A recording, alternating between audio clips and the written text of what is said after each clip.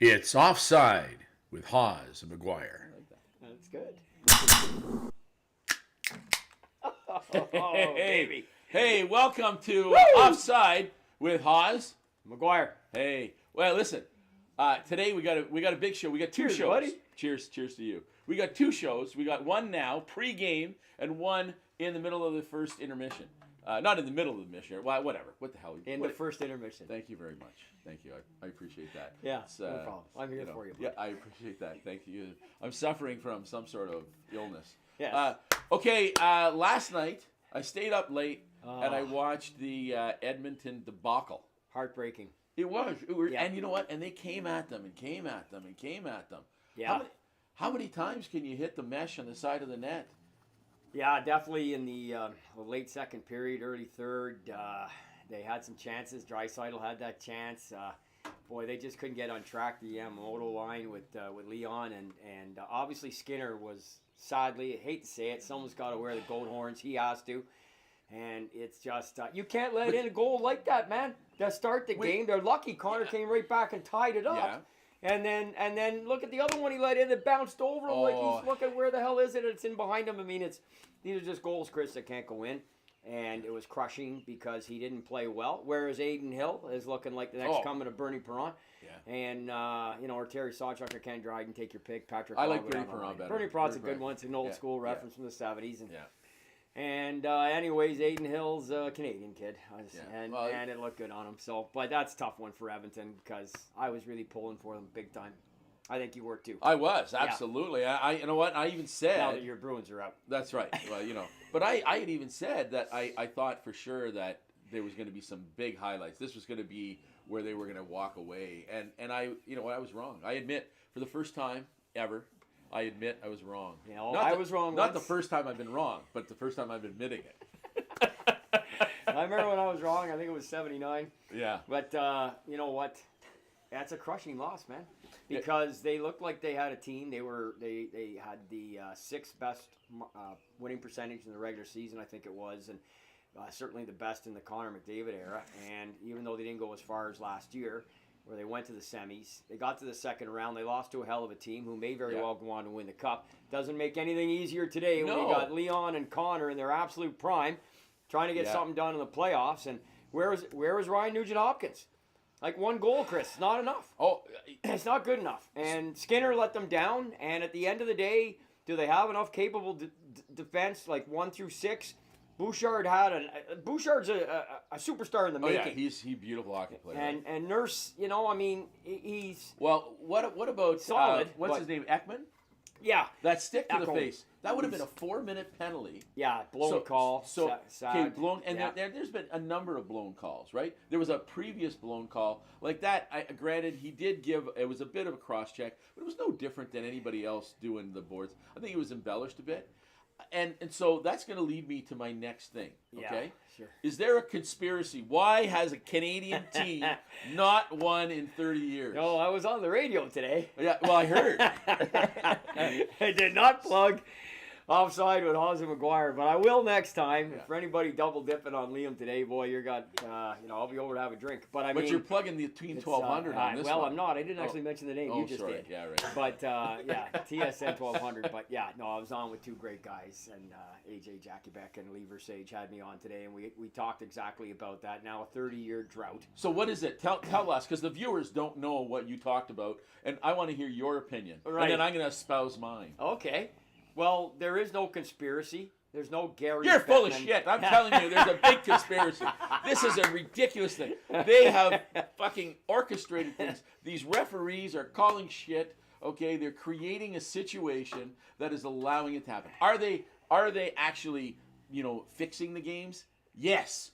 Because when you have a referee who doesn't there's 2 fucking referees on the ice. Yeah. There's 2 of them. And they didn't see the stick to the face. The guy goes like this. No one saw that. Yeah. And then they didn't see the blood. Come on. So let me ask you then. You believe there's a directive from the NHL head office to the officials to make egregious... I think it's a secret backroom agreement that goes... Between who, though? The mob, the mafia. It was the mafia. Okay. It was the Chicago Mafia. That's how they got the first fucking pick.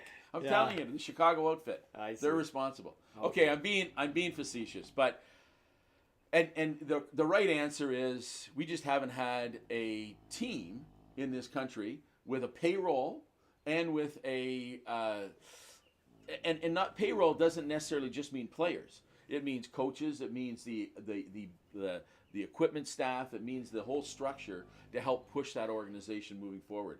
And we talked about Las Vegas, right? Yesterday and all this. But having been to games in Vegas, I got to tell you, they don't know hockey at all, but they know how to put on a goddamn show. Yeah. Oh man, it is fucking amazing. That's the spot you would expect. That would. But as a result, they have this great infrastructure outside of hockey operations that support hockey operations. And when you go into a rink and people are yelling and cheering your name, I've never had it, but they're jeering and and they're yelling and cheering and they're pumped up and they want you to score and they want you to do this. It's like it's exhilarating. It's exciting. Okay, but I mean, you're talking about the Canadian fan base doesn't have that? Well, I've been to the Ottawa games. No, well, Ottawa is probably, okay, listen, that place got nicknamed the Coffin years ago for a reason by Darcy Tucker, although not the right guy to ask with the rivalry but I was at a playoff game just a week and a half ago in New Jersey, the only game the Devils won, thanks Chris Vickers, former Ottawa 67, flying us down in his plane. You want to talk about an atmosphere. It was insane in there. That's not a building or fan base that you probably would think that would be going absolutely nuts. And they were going absolutely nuts. Now, it was a crazy game. There was 12 goals. There was a bunch of fights. There was a penalty shot. It had everything you wanted as a fan. Yeah. But, look, there's 30 years with no cup. The Canucks went to 7 games in 94 and 2011. You had Calgary in 04, Edmonton in 06, Ottawa in 07, Montreal in 2021. All sorts of Canadian teams that have gotten there. Any one of them win in any way, shape, or form or fashion, win a cup. We're not having this conversation, but they haven't. So as I said on the air today, and I'll say now too, look, we have to have it because it is a 30-year drought. Yeah. The game was basically, it's a Canadian game. It was born as we know it today. It was born in Canada. It was the Governor General of Canada who had the Stanley Cup made. It's not even the real name of the trophy. It's the Dominion Challenge Cup of Canada. It was nicknamed the Stanley Cup for Lord Stanley Earl Derby Sir Frederick Arthur. Became the Stanley Cup after 6 or 7 years when it picked up the nickname because of his title, Lord Stanley. So this is Canada, Canada, Canada, hardcore. And now we've got no Canadian teams for 30 years that have won a cup. There's a lot of shit in that head. You know that? There's so much stuff in that head. You know what? I mean, I heard, I know who Lord Stanley was, but you mentioned a bunch of other names and things like that. These are all colonists, by the way, motherfucker. Yeah. Okay. Yeah, that's true, too. Yeah. But he was the Governor General, and he had the Stanley Cup commissioned and made for in England for what would now be considered, they say, $48.67. It was 50 guineas at the time. It was awarded for the first time in 1893 to the Montreal Amateur Athletic Association, competed for the following year for the first time between Montreal and Ottawa. Obviously, no American teams came on the landscape until the first pro league actually in hockey started in 1908 in Sault Ste. Marie, Michigan. Then you had the Portland Rosebuds play in the 1916 final, lost to Montreal. And then the Seattle Metropolitans were the first American team to win the Stanley Cup in 1917. And a banner hangs in the Seattle Arena to commemorate that win. So you're no Canadian team has won in 30 years, but Canadian teams were in the finals a couple times. Could have got it done. Yeah. There's no they could have won those series. There was no conspiracy. There was nothing that was orchestrated in those games or in that series to say that Calgary or Edmonton or Vancouver should have lost those game 7s. If you remember the 94 final, it was one of the greatest finals in the last 30 years. If you remember 2011, it was a roller coaster. And then really Marchand, speed bag, and the Sedin twins, and Vancouver went away and hid. They didn't have any more gumption. It reminded me a lot of the Rangers in '74 against the Flyers. But that wasn't a final, though. No, it wasn't. But I mean, that Vancouver loss to Boston in 2011. It reminded me of the Rangers' loss to Philadelphia. Right, they had nobody had anything left that they wanted to do physically back. to the Broad Street Bullies in '74. Dave Schultz, Hound Dog Kelly, Moose DuPont, and Don Selesky and company ruled the roost. And when Schultz beat up Dale Rolfe and pulled his hair, and the Rangers guys like Brad Park and a number of other guys on that team, Teddy Irvin, Stammer, lots of guys who were used to dropping the gloves, they said, enough, uncle. Yeah. And that's the same thing that happened in Vancouver in 2011. They could have won that cup. They could have won it. But here we are. We have to talk about it. Yeah. Because it's been 30 years. But there's no, I will say this. I'm going to give my buddy AJ credit. He made a good point after I was off the air. That in Canada, you have to, in a lot of instances, I'm going to ask you, you think about this. Okay. In Canada, in a lot of instances, you have to overpay to keep your stars. Oh, absolutely. You have to overpay. I know it happens elsewhere, but by and large, look at Montreal with Carey Price. There was no way they could let him go. They threw that made it Bergeron. You look back in hindsight. Who thought he had played his last game in Game 5 on July 7th, 2021, that Wednesday night against Tampa Bay? A 1-0 loss, by the way, after winning Game 4 in overtime. Who thought that was his last game ever? And Shea Weber's last game ever. You got to overpay in Canada. That was a great point, and it's true. What do you think? Yeah, no, I absolutely agree. Yeah. And there's a number of reasons for that. Okay, taxation. Okay, we have one of the most punitive tax structures in the world. And okay? the problems and go certainly back. we're talking about and Quebec even worse. Okay, Yeah. so you have that, and there's a balance. The second thing is that we're under a microscope. I say we. I shouldn't say that. Athletes, hockey players are under a microscope in this country, unlike they are in the United States. Oh, this is true too. This point was raised as well. Because it's a tertiary, even a fourthiary. I don't even know what the right word is. Is fourthiary a word? No, you can trademark it. Absolutely. Like a friend of mine, he insists that he invented the word nitwit. By the way. Yeah, Rich. Oh, that's so cool, man. He goes, I invented that word. I don't think so, but anyway. Whatever. It's not the primary sport in the city. Even in Boston, the Bruins, as much as everybody loves them, they got New England, they got the Celtics, they got the Sox, and then they got the Bruins. Yeah.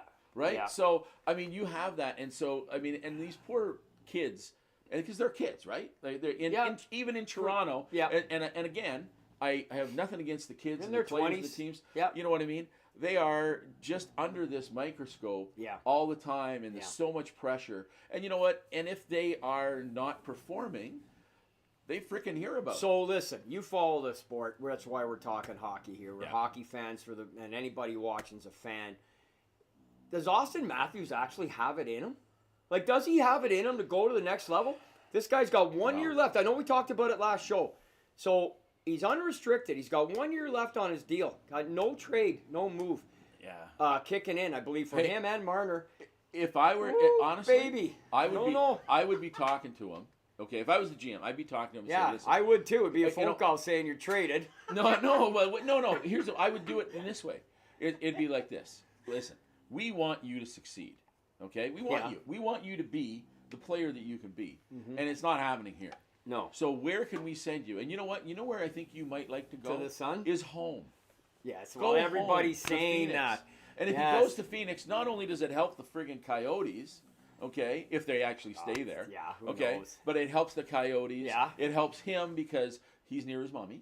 They could get 10 more people in that 5,000-seat arena. That's right. Well, I tell you. You know what? Listen, look out seat revenue. Hey, well, Evan lives there, right? We were going to go to a game.